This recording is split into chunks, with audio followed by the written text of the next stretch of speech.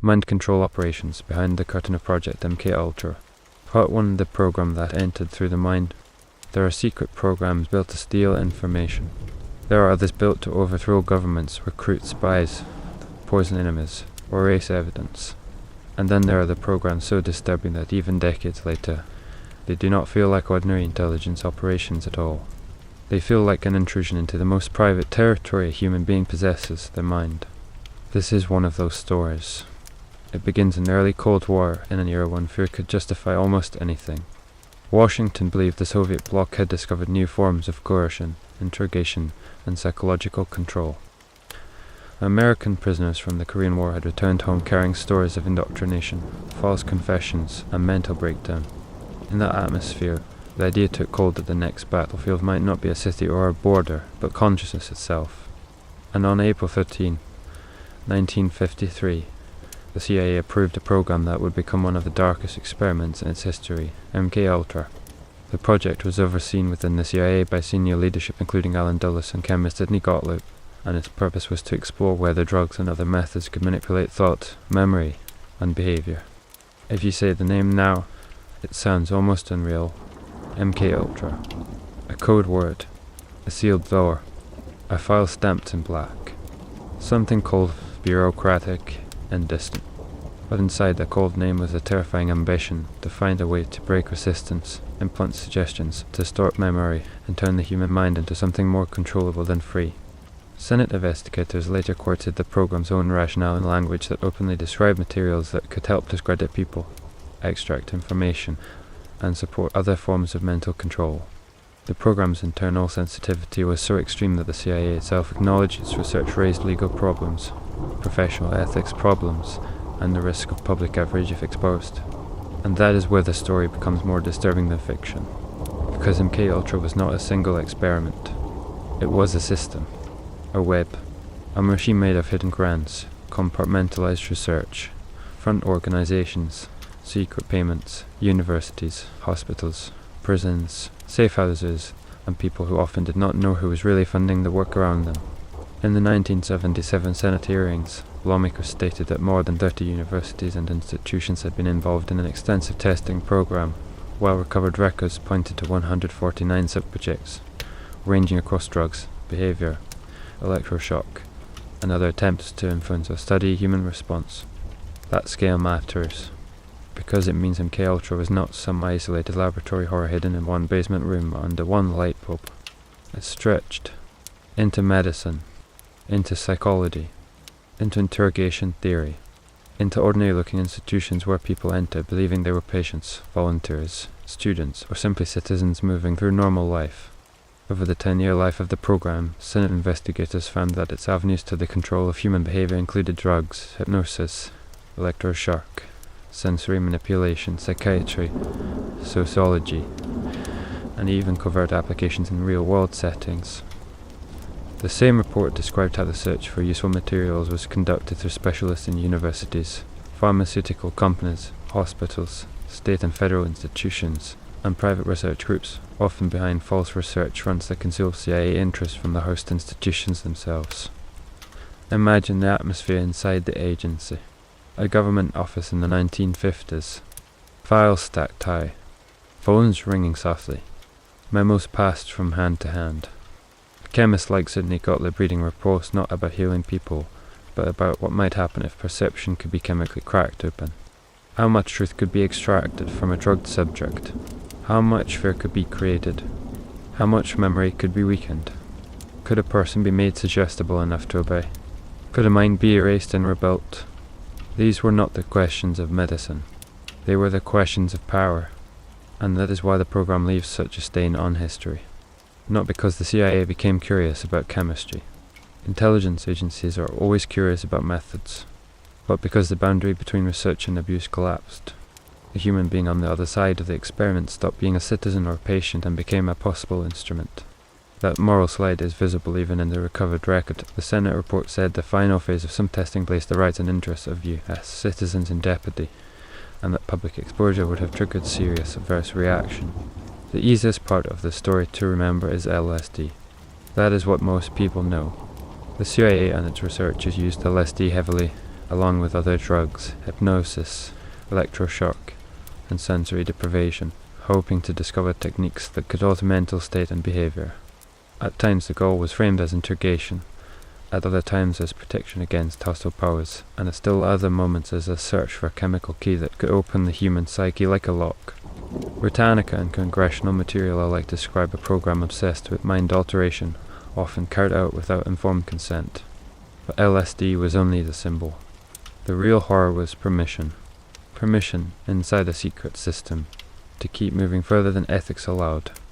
And once a secret bureaucracy grants itself permission, the next step is usually simple: test the theory on people who are at least able to say no.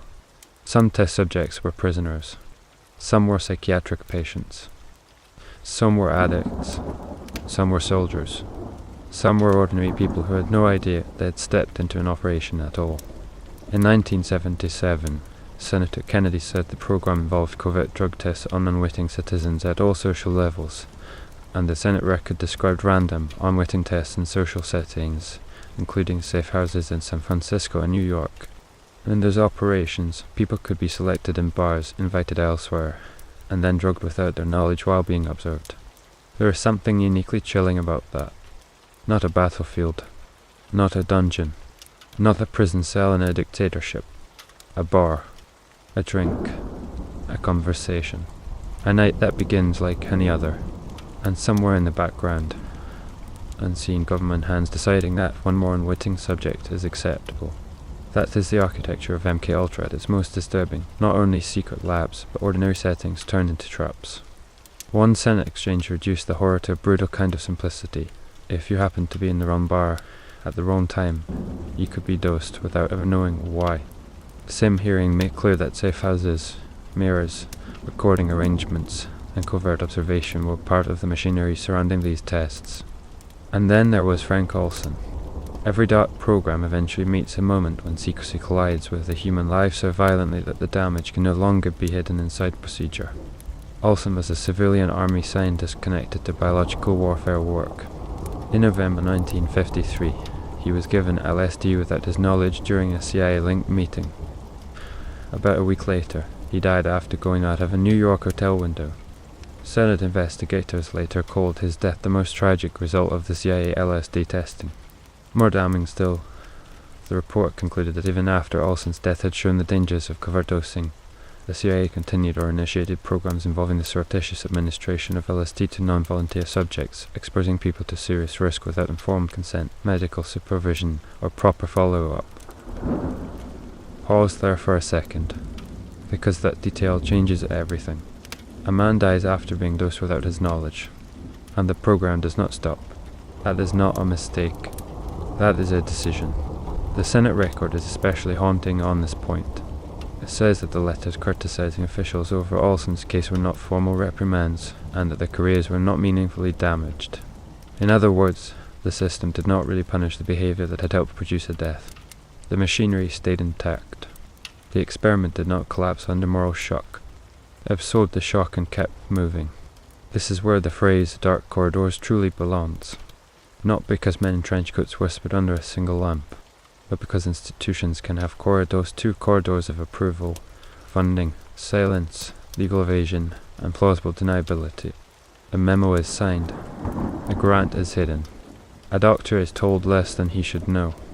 A subject is told nothing at all. A file is marked sensitive. Another is never properly filed. A risk becomes a protocol. A human being becomes a variable. And the hallway goes on. By the early 1960s, even internal reviews were acknowledging the ugliness.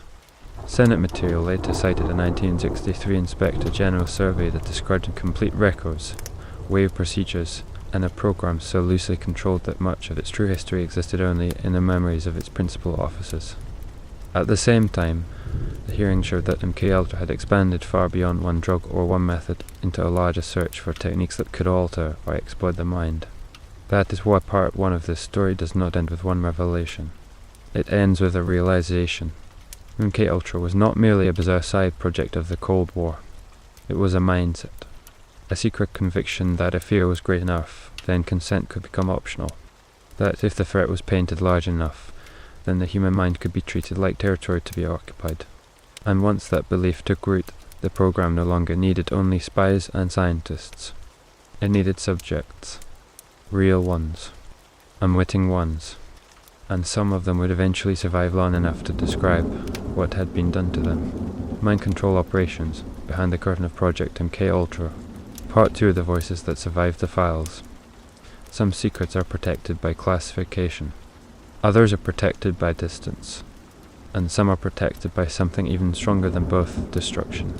In 1973, as the era of Watergate made intelligence officials fear exposure, MKUltra records were destroyed on verbal orders traced through Sidney Gottlieb and former CIA Director Richard Tams. The Senate later stated plainly that this destruction crippled any full reconstruction of the program, prevented investigators from determining its full range, and even hindered efforts to identify and assist people who had been used as subjects. The record also noted that even before the destruction, the files were incomplete and badly organized. That single act changed the history of MKUltra forever, because once the files were burned or shredded, the truth became uneven. Some names remained. Some subjects survived in fragments. Some budget records surfaced. Some hearings captured pieces of what had happened, but countless details dissolved into smoke and bureaucracy.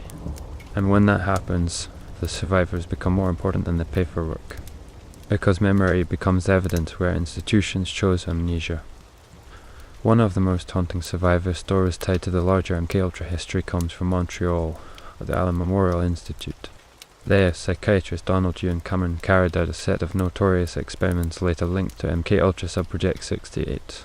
Recent scholarship in a medical history journal notes that Cameron's psychic driving and patterning work became part of the CIA broader search for mind control techniques during the late 1950s and early 1960s, though the funding route was indirect enough that Cameron himself may not have known the CIA was behind it. That nuance matters historically, but it does not soften what happened to patients. Because whatever Cameron knew or did not know about the money, his patients lived the consequences in their own bodies, and some of them later wrote about it. One of those voices was Linda MacDonald. In her memoir, she wrote that she entered the Allen Memorial in March 1963 as a young wife and mother, and later discovered she had become an experimental subject. She described losing all memory of her life before October 1963, living for years believing she had been insane, and only later learning that what had happened to her had been part of a larger scandal. According to the same account in her medical records as she described them, she was kept in drug-induced sleep for 73 days and subjected to 109 electroconvulsive treatments, while no signed consent form appeared in her file. Read that again, not as a fact in a book, but as a human scene. A woman walks into a hospital, not a prison, not an interrogation site, a hospital. She expects treatment. Her family expects care. A white coat suggests authority, not danger. The diagnosis sounds clinical, even if frightening, and then months disappear. Memory disappears. The self itself begins to disappear. That is the terror of the Allen Memorial story. It shows how the language of healing can become camouflaged when oversight collapses. Cameron's methods involve combinations of drug-induced sleep, repeated electroshock, sensory manipulation, and recorded messages intended to break down existing mental patterns and rebuild them. Scholarly work on the Montreal experiments makes clear that these procedures devastated patients and became one of the most infamous branches of the CIA's search for behavior control. Linda MacDonald's account is not chilling because it sounds theatrical. It is chilling because it sounds administrative. A chart, a diagnosis, a ward, a treatment plan, a file. Then, behind those neutral words, a life split into before and after. In her own telling, she no longer remembered the years in which she married, became a mother, or formed the experiences that make a person feel continuous with herself. That is what gives MKUltra its deepest horror. Not only that it sought to influence behavior, but that in some corners of its world, it pushed toward a ratio of memory, of autonomy, of the private continuity that makes identity possible. And Linda MacDonald was not the only damaged life orbiting this history. The Senate hearings described unwitting drug tests on citizens, prison experiments, hospital collaborations, and operational programs that subordinated individual rights to national security thinking. The committee concluded that some of the experimentation reflected a basic disregard for fundamental human rights, and criticised the lack of medical follow-up and long-term care for subjects. In plain language, the system not only used people without proper consent, it often showed little interest in what happened to them afterward. That is one reason MKUltra continues to disturb people more than many other declassified scandals. Because it crossed a line that feels almost sacred. Governments surveil. Governments lie. Governments run covert operations. History is full of that. But to secretly dose people, break down psychiatric patients, exploit prisoners, and test methods of mental control under hidden funding streams, that strikes at something deeper than politics. It enters the territory of personhood itself. By the mid-1970s, journalists and Congress had begun pulling the cover away. The surviving cache of roughly 20,000 financial and administrative documents recovered after the destruction order because they had been stored separately became a crucial lifeline for investigators. Public hearings in 1977 brought former officials before senators and exposed how much of the program had operated in secrecy and how much could no longer be fully reconstructed because the files were gone. The result was not total clarity, but something more unnerving, enough truth to prove abuse, and enough missing truth to show that the full story may never be recoverable. And maybe that is the most haunting part of all. Not that everything is known, but that so much is not. How many subjects were never identified? How many patients never learned the true origin of what had been done to them? How many families buried confusion instead of answers? How many institutions only partly understood the hand that had been guiding the money? How many careers advanced while the subjects' lives fractured in silence? Those questions remain because the archive was broken on purpose. MKUltra therefore survives in history as both fact and absence. A documented program, a proven abuse, a congressional scandal, and at the same time, a partially burned map. That is why people sometimes turn it into myth. A damaged record invites exaggeration, but the truth does not need exaggeration. The verified core is already dark enough. A CIA program launched in 1953, using drugs and other methods to explore behavior control. Research spread through institutions and sub-projects, omitting people used as subjects. At least one death publicly tied to covert LSD testing, patients in places like Montreal left with catastrophic damage, and records deliberately destroyed before the public could see the full picture. So when people imagine MKUltra, they often picture a single locked laboratory. But the real image may be worse. A meeting room where officials discuss ethics as a management problem. A hospital corridor where a patient trusts the wrong doctor. A safe house where a stranger is invited in for one more drink. A memo that says disclosure will damage public confidence. A file cabinet quietly emptied in 1973. A survivor years later trying to understand why whole sections of life are missing. That is what the dark corridors really were. Not just hallways inside Langley, but the passageways between medicine and espionage. Between research and coercion. Between bureaucracy and cruelty. Between national security and the moment a government decides the citizens in our life can be used as raw material. And the survivors are the ones who kept those corridors from disappearing completely. Frank Olson's death forced questions into public view. Linda MacDonald's memories of the ruin left by their loss gave the scandal a human face. Congressional hearings gave the country a record. The destroyed files gave the story its permanent shadow. That is why MKUltra remains one of the most unsettling chapters in intelligence history. Because it was not only about what the government wanted to know, it was about what it believed it had the right to do.